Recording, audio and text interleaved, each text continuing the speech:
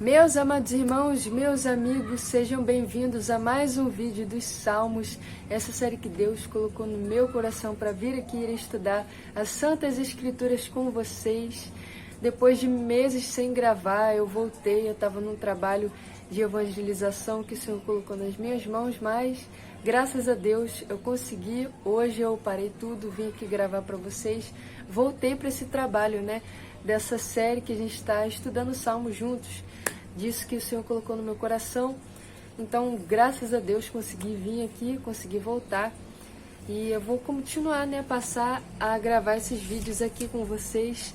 De novo, vou retornar a esses vídeos, para que a gente venha estudar e venha conhecer o que o Senhor quer de nós, o que o Senhor quer falar conosco nos Salmos. Esse livro tão lindo, eu acho os Salmos tão lindo, que são livros que falam diretamente com a gente. O cristão, o crente, a vida do crente, ela é resumida nos Salmos e muito bem representada nos Salmos. Então, sem mais delongas, hoje nós vamos ler o Salmo 73. É um salmo interessantíssimo que fala sobre um homem que olhou para os ímpios, um homem cristão, vale lembrar, um homem cristão da família de Asaf.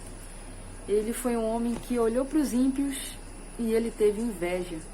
E ele se questionou muito com Deus, mas depois ele pensou sobre isso. E Deus abriu o coração dele para o entendimento. Esse salmo é muito interessante. Salmo 73, já pega aí a sua Bíblia, a sua espada comigo e abre no Salmo 73. Hoje eu vou ler na versão NVI, com a ajuda da minha versão ARA também, ao meio da revista e atualizada. Eu vou ler esse salmo aqui todo com vocês e depois eu venho comentando que o Senhor ele ministrou no meu coração. Salmo 73, versículo 1 em diante, vai estar escrito assim na minha versão. Certamente Deus é bom para Israel, para os puros de coração. Quanto a mim, os meus pés quase tropeçaram, por pouco não escorreguei, ou por pouco não me desviei. Pois tive inveja dos arrogantes, quando vi a prosperidade desses ímpios. Eles não passam por sofrimento e têm o corpo saudável e forte. Estes estão livres dos fardos de todos. Não são atingidos por doenças como os outros homens. Por isso o orgulho lhes serve de colar, e eles se vestem de violência. Do seu íntimo brota a maldade. Da sua mente transbordam maquinações. Eles zombam e falam com más intenções. Em sua arrogância ameaçam com opressão. Com a boca arrogam a si os céus. E com a língua se apossam da terra. Por isso o seu povo se volta para eles e bebe suas palavras até saciar-se. Eles dizem, como saberá Deus? Terá conhecimento o Altíssimo?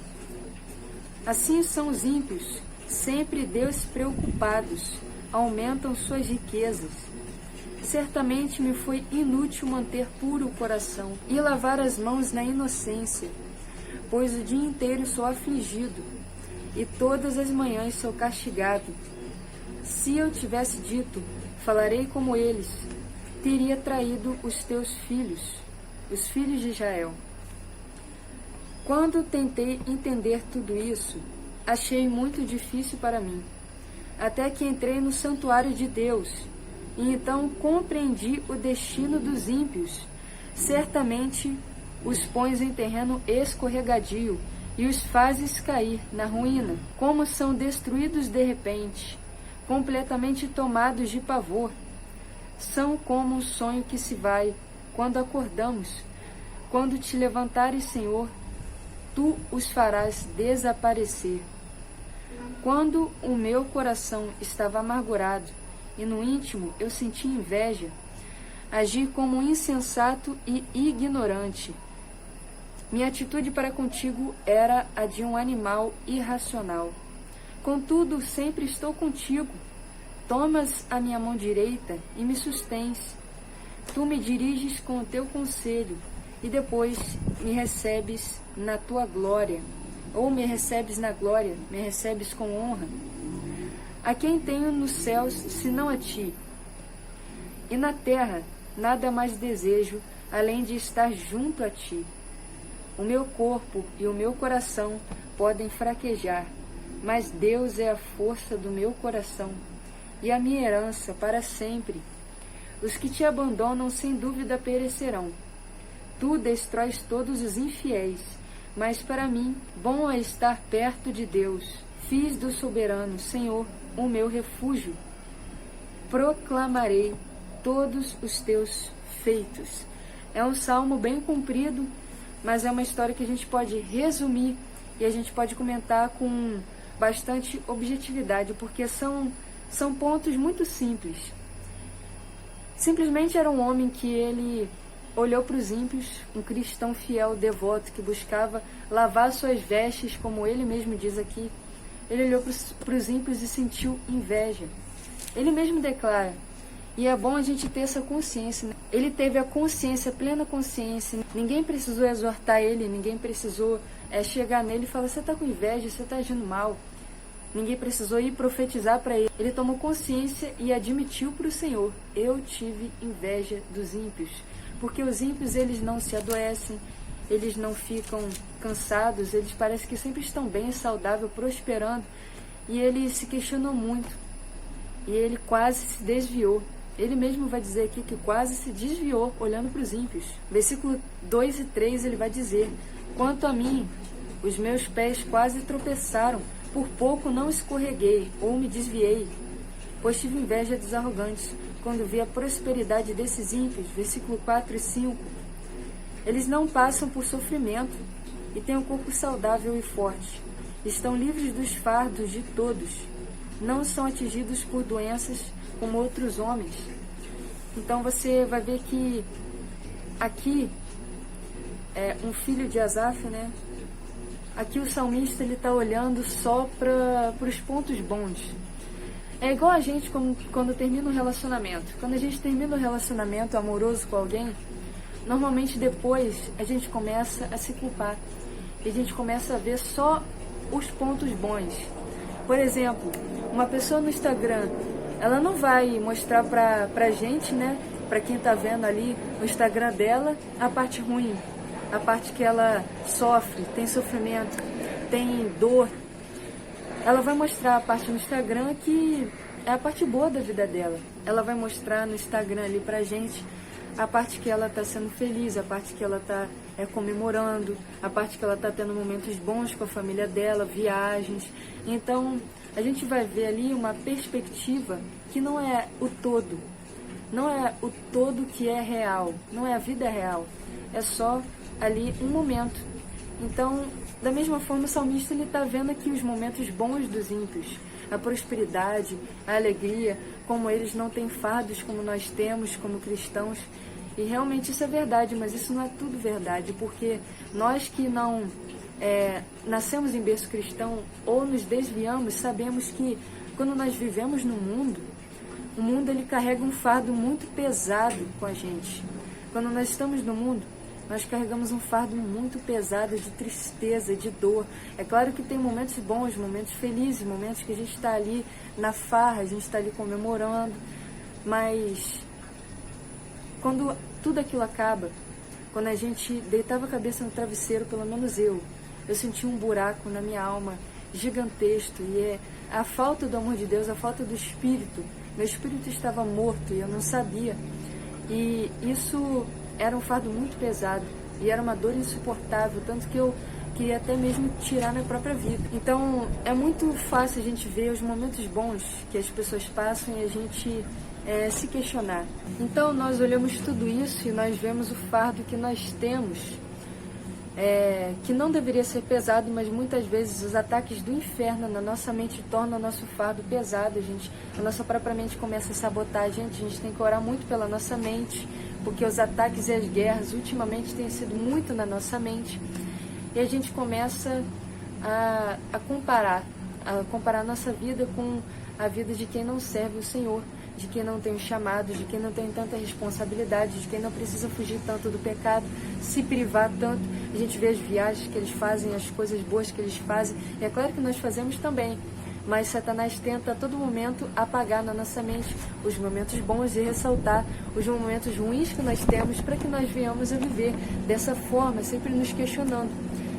E o salmista, ele aqui no versículo 13 e 14, ele começa a se questionar a ponto de achar inútil se privar tanto, servir a Deus com tanta fidelidade, lavar as mãos, guardar o coração, seguir o chamado dele com fidelidade. E ele vai dizer no versículo 13 e 14: certamente me foi inútil manter puro o coração e lavar as mãos na inocência, pois o dia inteiro sou afligido e todas as manhãs sou castigado.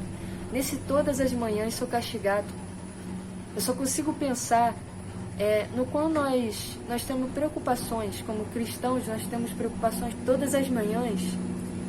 A gente já acorda pensando no que a gente tem que fazer, no que o Senhor quer de nós, se naquele dia vai ter algum propósito. E isso torna uma ansiedade no nosso coração, isso se torna uma ansiedade. E isso é muito ruim. O Senhor mesmo vai nos dar uma instrução sobre isso. E quando Ele diz: buscai em primeiro lugar o reino dos céus e a sua justiça, e as demais coisas vos serão acrescentadas, quer dizer que nós temos que acordar de manhã e buscar primeiro o reino dos céus, ou seja, dobrar nosso joelho, buscar a presença de Deus para que a paz do Senhor guarde o nosso coração, nossa mente em Cristo Jesus, como está escrito em Filipenses 4, não andeis ansiosos por coisa alguma, mas em toda petição, súplicas e com ações de graças, apresentem a Deus os seus pedidos, as suas aflições, as suas ansiedades, e a paz de Deus guardará os vossos corações em Cristo Jesus. Então você vai ver que nós temos que sempre ser sinceros com o Senhor, para que assim a presença de Deus venha vir até nós e venha guardar a nossa mente, o nosso coração. O nosso problema é que muitas vezes nós queremos enfrentar os nossos conflitos, nossos problemas, nossas ansiedades sozinhos. Nós não incluímos o Senhor, nós não apresentamos ao Senhor, nós ficamos ali fermentando uma ideia ou uma coisa no nosso coração que nos traz ansiedade, e nós não temos ali a atitude de ir até Deus e de entregar até Deus aquelas ansiedades, aqueles medos, e aquilo fica fermentando na nossa mente, no nosso coração. E isso resulta no que aconteceu com o salmista. A gente fica cansado, a gente fica fadigado, e a gente começa a olhar a vida do nosso próximo, a vida do ímpio, que não tem preocupações, que não tem como a gente aflições, como os cristãos, tem outras preocupações e aflições, mas a gente não pensa nisso na hora, a gente só vê o bom da vida dele. A gente não pensa que ele tem dores, que ele vive longe do Senhor, que ele não tem o Espírito Santo como nós temos. A gente, no momento de aflição, só consegue ver o bom da vida do nosso próximo. Até mesmo irmãos na fé, que tem um chamado que parece para nós mais fácil, mas não é. Cada um tem a sua cruz. Então, Satanás ele vai trabalhando na nossa cabeça para tentar desviar a gente da presença de Deus, como a gente vê aqui na vida do salmista. Mas o salmista, ele chega num ponto que ele pensa tanto, que ele se cansa, e ele assim, depois de se cansar, depois de passar por toda essa tribulação sozinho, sem incluir Deus, ele vai até o templo do Senhor. No versículo 16 e 17, a gente vê o que acontece. Versículo 16 e 17 vai dizer: quando tentei entender tudo isso, achei muito difícil para mim. Aqui foi onde ele se cansou.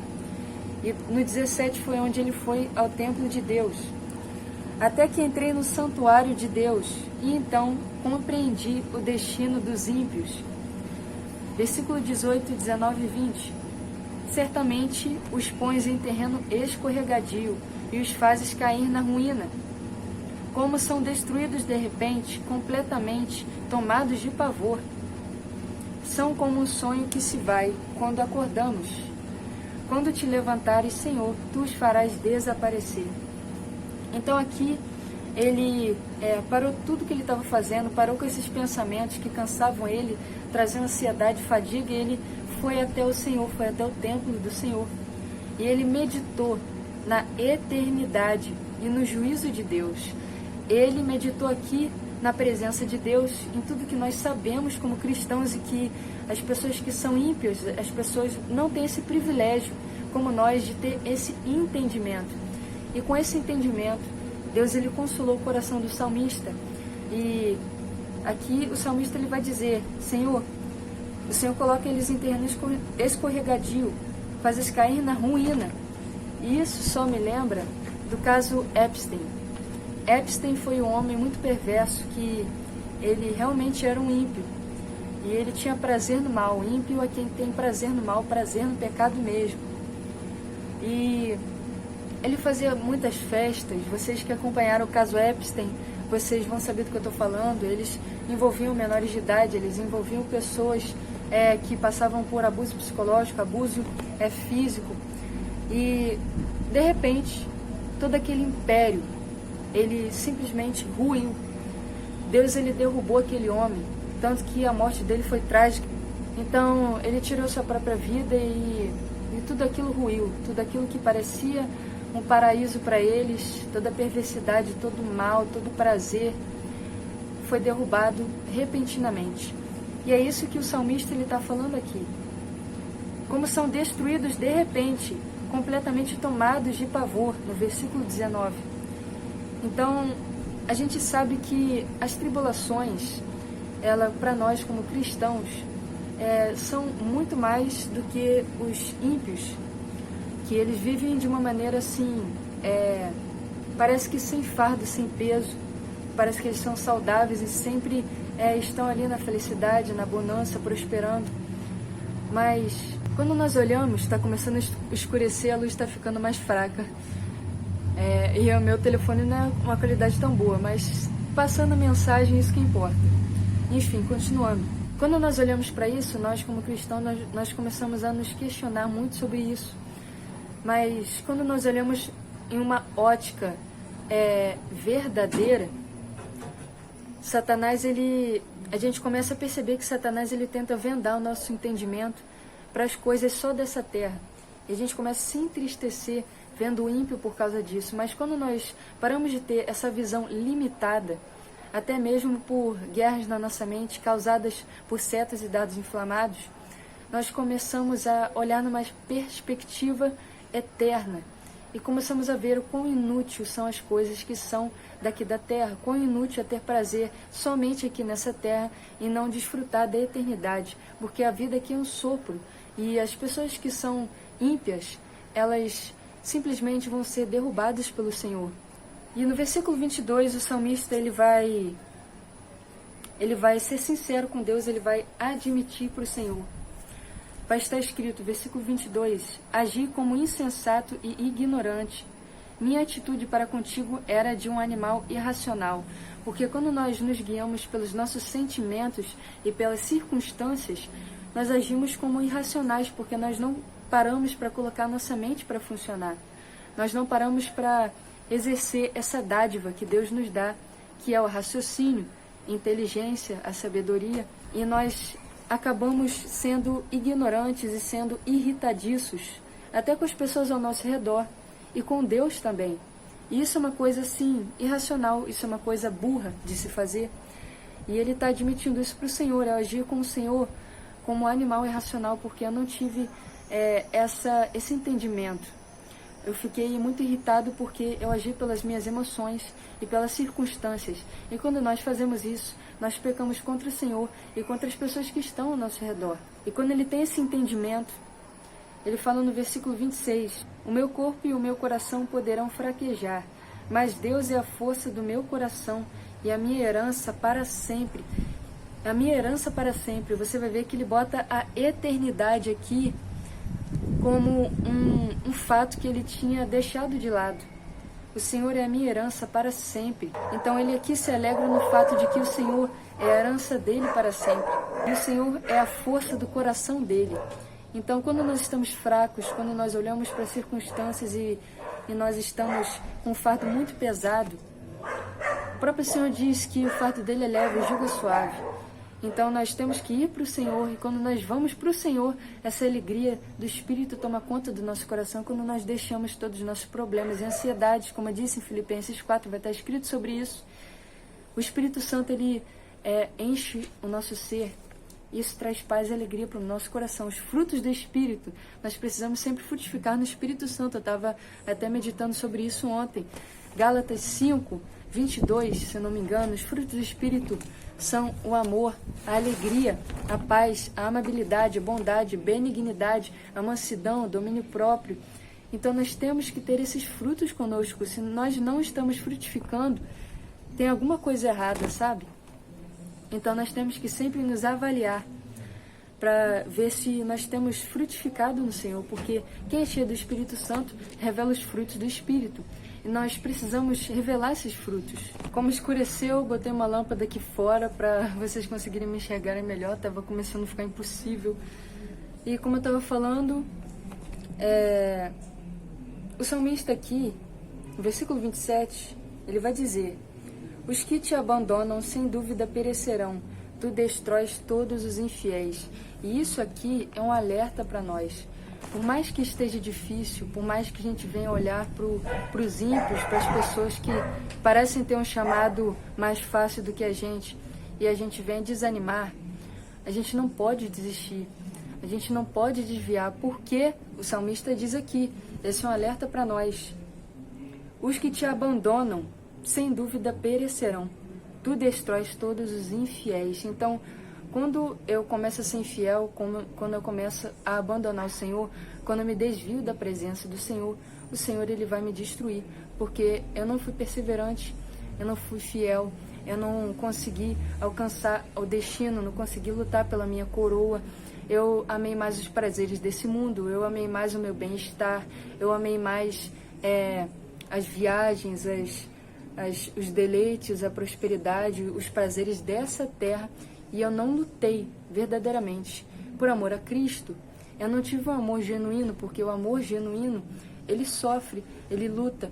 Está escrito, em Coríntios, não sei se 1ª ou 2ª, acho que é 1 Coríntios, o apóstolo Paulo vai dizer que o amor tudo sofre, tudo crê, tudo espera, tudo suporta. Então o amor verdadeiro, ele é demonstrado para Deus, por nós, com atitudes, não com palavras. Então, a atitude que eu tomo, Deus ele sempre está observando nossas atitudes. A atitude que eu tomo vai dizer se eu amo ou não o Senhor Jesus, se eu amo ou não a Deus, se eu temo a Deus, se eu quero ficar com Ele. Então Deus ele sempre está nos observando nossas atitudes para ver se nós amamos mesmo o Senhor ou não. Então isso aqui é um aviso muito importante para nós. Mesmo que esteja difícil, não seja infiel. Não se afaste do Senhor, não abandone o Senhor, porque o Senhor, ele sempre nos entende, sempre nos ama. Satanás, ele tenta colocar na nossa mente que o Senhor nos rejeita, que ele não nos entende, que ele coloca fardos pesados demais na nossa vida, mas isso não é verdade. Corra para a presença de Deus e fale sinceramente com o Senhor tudo que você está passando, que eu tenho certeza que o Senhor vai limpar o seu coração e te renovar as suas forças para você continuar, porque as coisas desse mundo não valem a pena. Abandonar o Senhor não vale a pena, porque o Senhor é a fonte de toda sabedoria, Ele sabe o que é melhor para nós, Ele é a fonte de todo amor, Ele nos ama verdadeiramente, Ele é a fonte de vida eterna, Ele lutou por nós, e isso revela o amor puro, porque nós nunca conseguiríamos fazer, não vamos nunca conseguir fazer nada para recompensar, nada em troca do que o Senhor fez por nós. Então, isso já revela o amor sincero, genuíno do Senhor para conosco. Então, nós não precisamos ficar nos martirizando, achando que Deus nos rejeita, porque isso é irracional. Porque se Deus nos rejeitasse, Ele não teria tido esse esforço todo para fazer o que Ele fez, para nos resgatar, para nos redimir. Ele mesmo diz na sua palavra que Ele nos ama. Tu, ó meu servo, eu te dei nações por você, eu te amei, eu te chamo pelo nome, não temas. Isaías, eu vou deixar aqui, eu não me lembro se é o 40, 41. Então, o Senhor, Ele nos ama e Ele nos quer, Ele cuida de nós, por mais que nós não venhamos entender no momento. Ele está sempre do nosso lado, cuidando de nós, nos estruturando para que nós venhamos receber as bênçãos dEle. Então, não desista, não se afaste do Senhor, se apegue a Ele, porque nos momentos que nós passamos por lutas e provações que temos sim que nos apegar mais e mais a Deus, a presença de Deus, ao Senhor. E no último versículo, versículo 28, ele vai dizer: mas para mim, bom é estar perto de Deus, fiz do soberano Senhor o meu refúgio.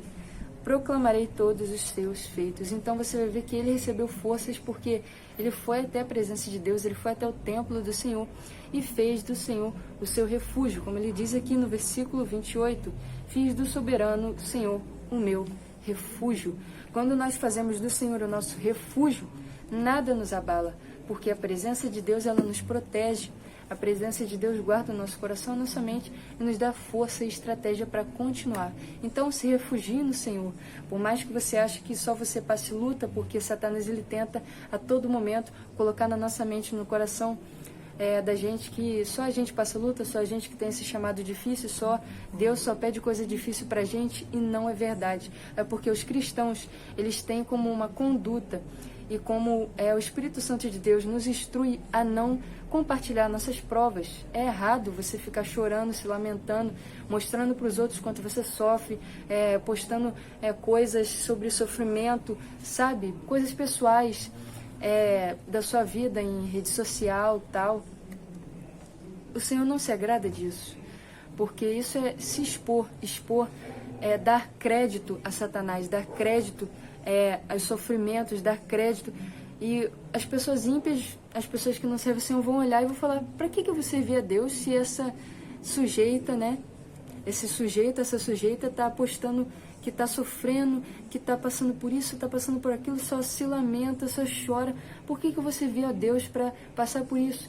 Então, é muito importante a gente entender que a maturidade que Deus quer de nós é que nós passamos pela provação sem expor isso, mas ir até a presença dEle e expor a Ele, como se fosse expor a um melhor amigo. Deus, ele quer um relacionamento íntimo conosco, para que nós venhamos a ganhar essa paz, essa alegria, esse revestimento dEle. Nós precisamos ter esse relacionamento íntimo com Ele.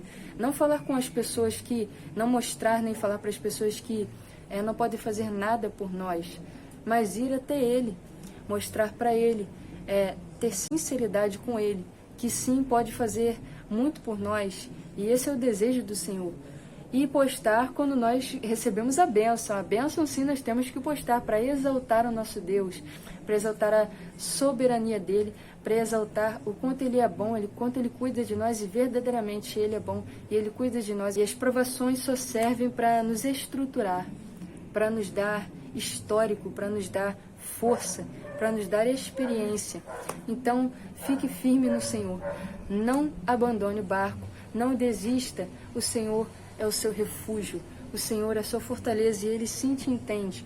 Não caia nessa de que Deus não te entende, porque Ele te entende sim. E isso é mentira de Satanás para te afastar de uma sinceridade verdadeira com Deus, que te leva a um relacionamento íntimo e profundo com Ele. A sinceridade com Deus, no nosso coração, para o coração de Deus, ela nos leva a um nível maior de profundidade com Ele. Então, tenha a certeza de que Deus te entende, de que Deus sabe o que você está passando. Não se desespere, não deixe sua mente, seu coração, suas emoções, as circunstâncias te desesperarem, porque os sentimentos, as emoções, elas nos levam para um campo de desespero, para um campo de tristeza, para um campo de angústia, mas o Espírito Santo de Deus, ele nos leva para o campo da paz, dos frutos do Espírito, como eu disse em Gálatas 5:22, porque as nossas emoções, a nossa mente, elas compõem a nossa carne. Então vão sempre nos levar para um lugar de desespero, para um lugar de dor, para um lugar de angústia. Mas quando nós matamos a nossa carne com jejum, oração, com palavras de Deus, o Espírito Santo, ele ganha campo, ele ganha força no nosso ser, ele ganha espaço, e ele ministra para nós o que deve ser feito, nos dá a luz, nos dá a paz, os frutos que nós precisamos para continuar. Guarde essa palavra no seu coração, meu irmão. Muito obrigada, minha irmã. Você que participou desse vídeo comigo, chegou até esse ponto, que Deus te abençoe, te guarde, te ilumine, e até o próximo vídeo, se Deus quiser. Fique na paz do Senhor Jesus.